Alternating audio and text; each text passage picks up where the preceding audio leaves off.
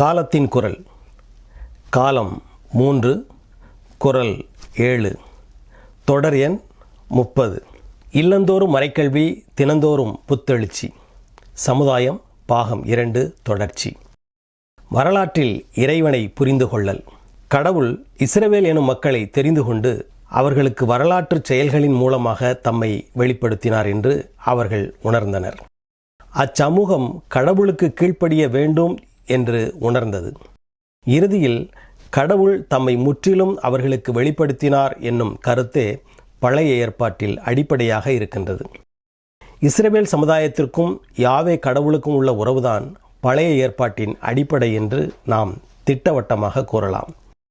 வளர்ந்து வந்த இவ்வுறவின் அடிப்படையில் வரலாற்றில் நடந்த நிகழ்ச்சிகளை அவர்கள் புரிந்து கொண்டு அதை அறிக்கை செய்ததின் பயனாகவே பழைய ஏற்பாடு தோன்றிற்று. இஸ்ரவேலர் வரலாற்றில் அடிமைப்படுதல், மீட்படைதல் ஆகிய இரண்டும் தொடர்ந்து நடைபெற்று வருவதை காண்கிறோம்.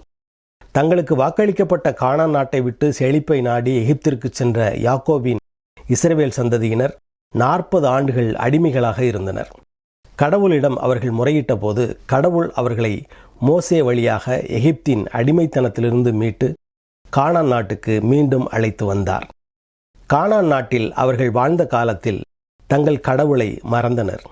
வேற்று மக்கள் அவர்களை அடிமையாக்கிய போதெல்லாம் அவர்கள் தங்கள் செயலுக்கு வருந்தி கடவுளை வேண்டிய போது நீதி தலைவர்கள் வழியாக அவர்கள் அமைதியாக வாழுமாறு கடவுள் செய்தார். மற்ற மக்களைப் போன்று தங்களுக்கும் நிலையான அரசர் வேண்டுமென இஸ்ரவேல் மக்கள் கடவுளை கேட்டபோது அவர்களை ஆளுமாறு அரசர்களை ஏற்படுத்தினார்.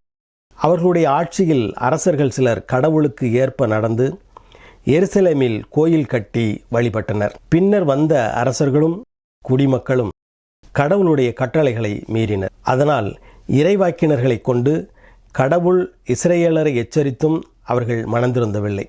ஆகவே அவர்கள் பாபிலோனுக்கு அடிமைகளாக கொண்டு போகப்பட்டனர். பாபிலோனில் அடிமை வாழ்வு வாழ்ந்த யூதர்கள் கடவுளை வேண்டிய போது அவர்கள் திரும்பவும் எருசலேமுக்கு வரவும் பழைய கோட்டையையும் கோயிலையும் கட்டி புதுப்பிக்கவும் முற்பட்டனர்.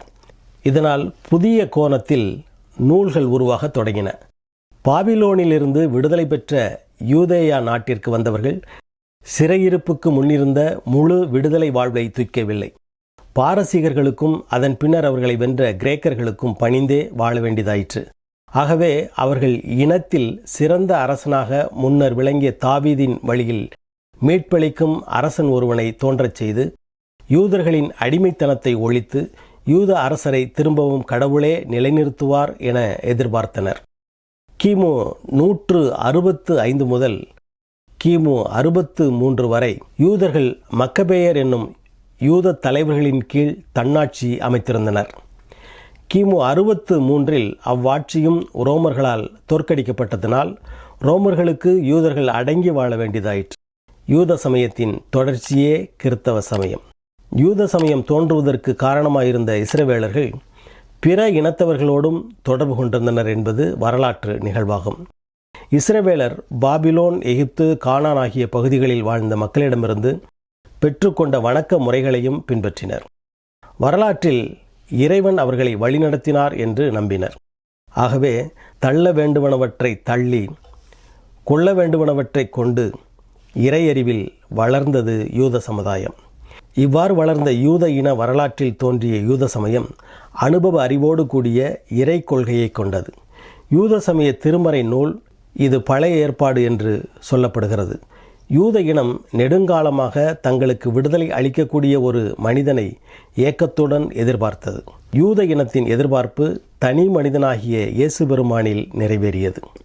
அவர் மூலமாக உலகம் முழுவதும் முழு விடுதலை பெற்றதையும் யூத இனம் மட்டுமல்லாது உலகிலுள்ள எல்லா இனங்களும் அவர் மூலமாக புது படைப்பாக மாறியதையும் புதிய ஏற்பாட்டு நூல்கள் வெளிப்படுத்துகின்றன.